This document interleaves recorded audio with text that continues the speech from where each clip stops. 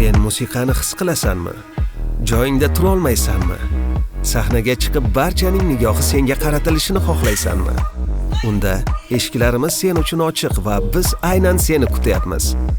O'zbekiston Respublikasi Madaniyat vazirligi Respublika xoreografiyaga ixtisoslashtirilgan maktab-internati 2026-2027 o'quv yili uchun qabul e'lon qiladi.